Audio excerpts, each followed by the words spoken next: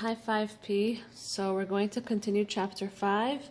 The next lesson is multiplying decimals.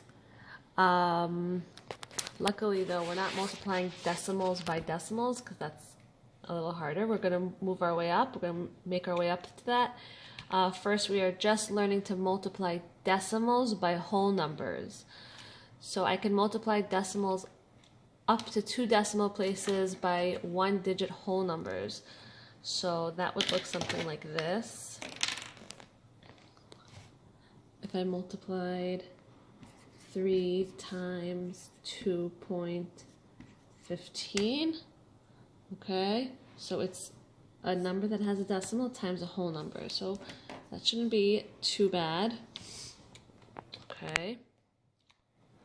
So we're still doing basic multiplication. So 4 times 2, if I have 4 ones twice, I have 8, right? If I have 4 tenths twice, I have 8 tenths.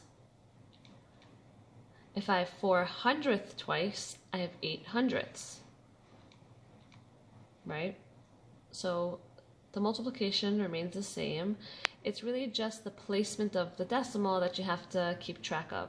So now I'm asking you to find the product of 3.1 and 2. So if I have 3.1 times 2, 3.1 plus 3.1, so I have 3 wholes and 1/10 twice. Okay, so look on the right side, I have 3.1 times 2, I have 1/10 twice, so I have 2/10, and then I have 3 wholes twice, so I have 6 wholes and 2/10. Okay, so if you look on the right side, if you look over there, I have 6 wholes and 2/10 because I have 3.1 twice. Okay, now this one, if I have 13.34 3 times, so I'm going to show it to you with the place value discs on the screen, and then I'm going to do the math for you on my board.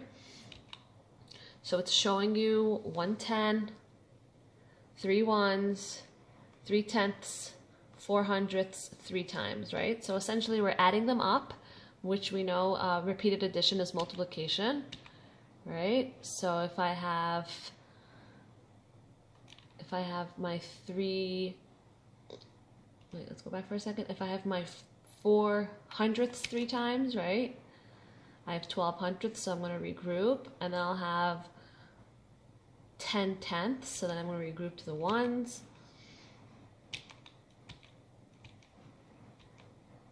I'm going to show you this on my board.